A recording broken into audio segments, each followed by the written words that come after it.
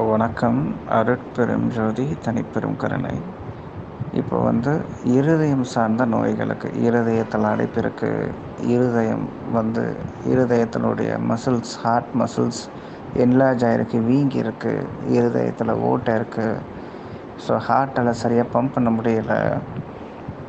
So இது மாதிரி பல்வேறு இருதயம் சார்ந்த நோய்களுக்கான ஒரு அற்புதமான இருதய சஞ்சீவி சூரணத்தை பற்றி நான் சொல்ல போகிறேன். இது இருதய நோய்களுக்கு ஒரு கவச குண்டலம் மாதிரி.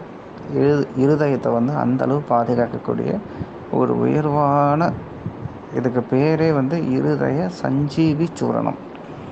எப்போவுமே அந்த இருதயம் இளமையாகவே வச்சுருக்கும். சரிங்களா? ஏன்னா இருதயம் ராஜ உறுப்புகளில் கல்லீரல், மண்ணீரல் மாதிரி இருதயம் ரொம்ப முக்கியமானது. ஸோ இருதயம் நல்லா ஃபங்க்ஷன் ஆனால் தான் இரத்த ஓட்டம் அதாவது டீஆக்சிஜனேட்டட் பிளட் என்று சொல்லக்கூடிய அசுத்த இரத்தத்தை கால்களிலிருந்து முழுவதுமாக பல்வேறு இடத்துலேருந்து கால்களிலிருந்து எடுத்து அந்த இரத்தத்தை சுத்தி செய்து அது ஆக்சிஜனேட்டட் பிளட்டாக உடலில் இருக்கக்கூடிய பல்வேறு பாகங்களுக்கு அனுப்பும். ஸோ இருதயத்தினுடைய செயல்பாடு ரொம்ப முக்கியமானது. அந்த இருதய நோய்களுக்கு ஆன ஒரு சஞ்சீவி சூரணம் சொல்ல போகிறேன். ஏற்கனவே இருதய நோய்களுக்கு இந்த அரசியல கஷாயம், இந்த ஹார்ட் டானிக் அதெல்லாம் சொல்லியிருக்கேன்.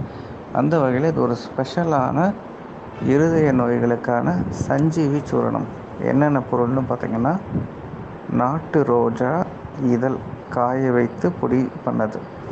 சரிங்களா? நாட்டு ரோஜா இதழ் பொடி ஒரு 50 கிராம். சரியா? வெண்தாமரை பூ, அந்த வெண்தாமரை பூவினுடைய இதழ், அந்த பொடி ஒரு 50 கிராம். மருதம் பட்டை பொடி ஒரு 50 கிராம். இது கூட சுத்தி செய்த சுக்கு பொடி ஒரு 50 கிராம். கடுக்காத்தூள் பொடி ஒரு 50 கிராம். சரியா? இந்த 5 பொருள், நாட்டு ரோஜா இதழ், வெண்தாமரை பூ பொடி, இது கூட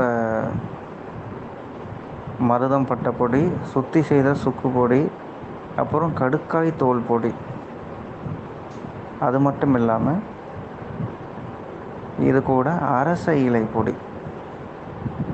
இந்த 6மே சேர்ந்தது இருதய சஞ்சீவி சூரணம். இப்போ இது என்ன பண்ணணும், இந்த 6மே சம அளவு பொடி பண்ணிக்கணும். அதாவது 50 கிராம்னா மொத்தம் 300 கிராம் வரும். இந்த 300 கிராமை அப்படியே நோயாளிக்கு காலை மாலை 1 ஸ்பூன் தண்ணியில் போட்டு கொதிக்க வச்சு வடிகட்டி குடிக்கலாம். அல்லது இதை இன்னும் வீரியப்படுத்தணும்னா, இந்த 6 சூரணம் இருக்குது பார்த்தீங்களா, என்ன பண்ணணும், ஒத்த இதழ் செம்பருத்தி பூ, இந்த ஒத்த இதழ் செம்பருத்தி பூ ஒரு 1 லிட்டருக்கு 1 லிட்டர் தண்ணி ஊற்றுறோன்னு வச்சுக்கோங்க. இந்த 1 லிட்டருக்கு எவ்வளோ செம்பருத்தி பூ போட முடியுமோ அவ்வளோ போட்டுக்கலாம். இவ்வளோதான் கணக்கு, அந்த மாதிரிலாம் இல்லை. சரியா? அதாவது ஒரு எக்ஸாம்பிளுக்கு ஒரு 50 செம்பருத்தி பூ வச்சுக்கோங்க. 1 லிட்டர் தண்ணி இருக்குது, ஒரு 50 செம்பருத்தி பூ போட்டு இது 1/2 லிட்டர் வர வரைக்கும் கொதிக்க விடணும். சரியா? இந்த 1/2 லிட்டர் கஷாயத்தை அதாவது 1/2 லிட்டர் வர வரைக்கும் கொதிக்க வச்சிடுறோம். கொதிக்க வச்சுட்டு ஒரு 3 மணி நேரம் அப்படியே மூடி வச்சுருங்க. மூடி வைத்த பிறகு இந்த 1/2 லிட்டர் கஷாயத்தை, செம்பருத்தி பூ கஷாயம் நல்லா சிகப்பாக இருக்கும். இதில் 1 லிட்டருக்கு 50 கிராம் தான் இல்லை, அதுக்கு மேலே போட்டாலும் தப்பு இல்லை. இந்த 1/2 லிட்டர் கஷாயம் இப்போ இந்த இருதய சஞ்சீவி சூரணம் இருக்குது பார்த்தீங்களா, அதில் பாவனை பண்ணிட்டணும். எல்லாத்தையும் ஒன்றா கலந்து மூழ்கிற அளவு இந்த செம்பருத்தி பூ கஷாயத்தை போட்டு நல்லா கலக்கி ஒரு 2 நாள் வெயிலில் காய வச்சு எடுத்துடணும். சரிங்களா? அதாவது இந்த ஒற்றை இதழ் செம்பருத்தி பூ கிடச்சிது, உங்கள் அக்கம் பக்கத்தில் கிடச்சிதுன்னா இந்த மாதிரி அந்த பூவை கஷாயமாக்கி அந்த கஷாயத்தை இந்த பொடியை பாவனை பண்ணுங்க. இல்லை செம்பருத்தி பூ கஷாயம் இல்லாத பட்சத்தில் வெறும் இந்த 6 பொருள், நான் சொன்னது 6 பொருளை நீங்கள் காய வச்சு பொடி பண்ணி எடுத்துக்கலாம். ஸோ இதுதான் இருதய நோய்களுக்கான ஒரு அற்புதமான உயர்வான ஒரு சஞ்சீவி சூரணம்.